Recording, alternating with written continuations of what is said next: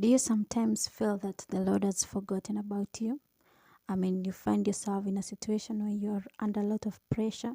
You find that the people around your age are moving forward, they're advancing in their careers. Some are getting married, others are having children, they're having happy families, and somehow you feel that you're forsaken, you're left behind, you feel that your life is stagnating. In this video, I'm going to encourage you, and we're going to draw some of the scenarios from the Bible, from different and big characters. One of the most hardest feelings in life is feeling that your life is moving too slowly, or you feel that it is stuck. You feel that you've done everything, you've worked hard, you've prayed, you've hoped, but nothing seems to change at all.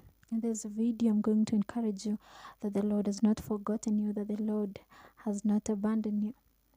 If you read the Bible carefully, you're going to find that most of the characters in the Bible, that they received the promises of the Lord, but they did not receive the fulfillment of the promises immediately.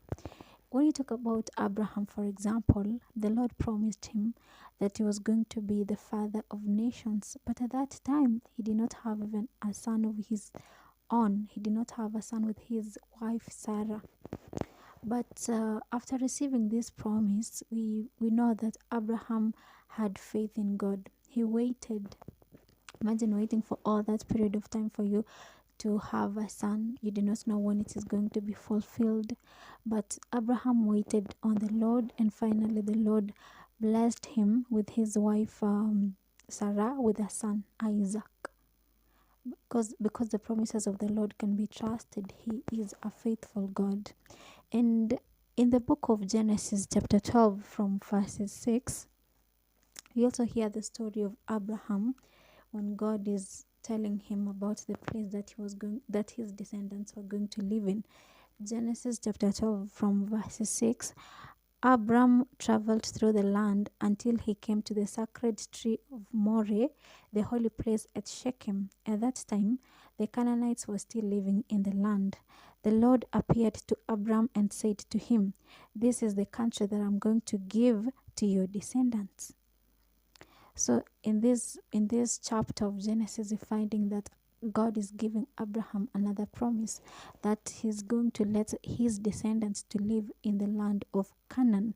But we see the story that Abraham, he was given his son Isaac, who later had the children Esau and Jacob, and from Jacob we have 12 sons and a daughter. One of the 12 sons is Joseph, and we know the story of Joseph, the dream, how he went to the land of Egypt, and then later the whole family, the all descendants of Abraham, they ended up in the land of Egypt. And for 430 years, the descendants of Abraham lived in the land of Egypt. Yet when we see in the book of Genesis chapter 12, the Lord is telling Abraham that your descendants are going to live in the land of Canaan. But during these 430 years, the children of Israel were living in slavery.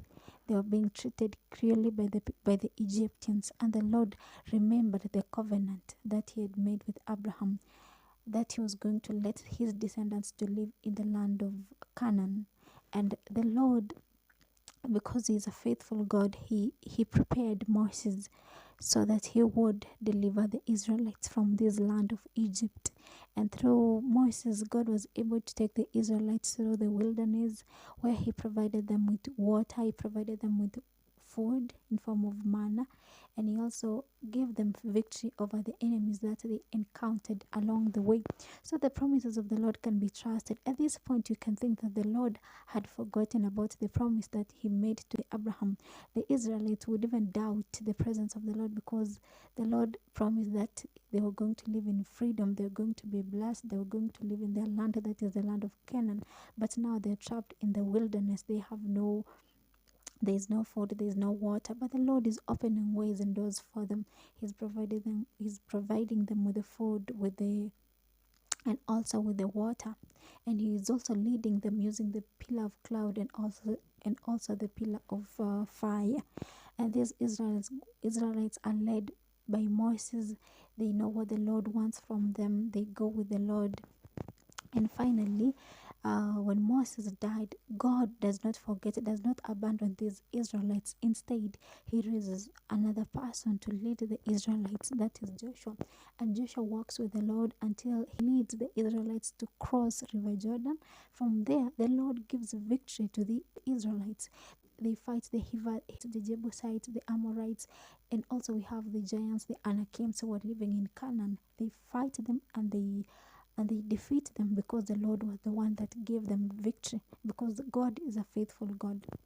And what happened is, after all that had been done, the people of Israel were able to live in the land of Canaan, the same land of Canaan that the Lord had promised Abraham that he was going to give to his descendants.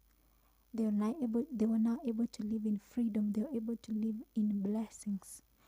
In this video, I want to let you know that feeling like you're stagnating or feeling that your life is not moving as fast as you want does not mean you've been denied. The Lord is still working on your blessings. I just want you to continue praying and to continue trusting in the Lord, because when the time is right, He's going to do it. He's going to bless you abundantly, because He is not one to forget. When He promises, He must do it. Whatever He promises, He does it. And when He speaks, it is done. So I hope you're going to continually trust on the Lord. And even as you're going through that phase where you feel that you're stuck, you're not actually stuck. Some preparations or some blessings, some promises require growth. They require you to grow in faith, to trust God more, your faith to grow, and that maybe your blessing is better. Your blessing is waiting for the right time, because the Lord is actually going to do it.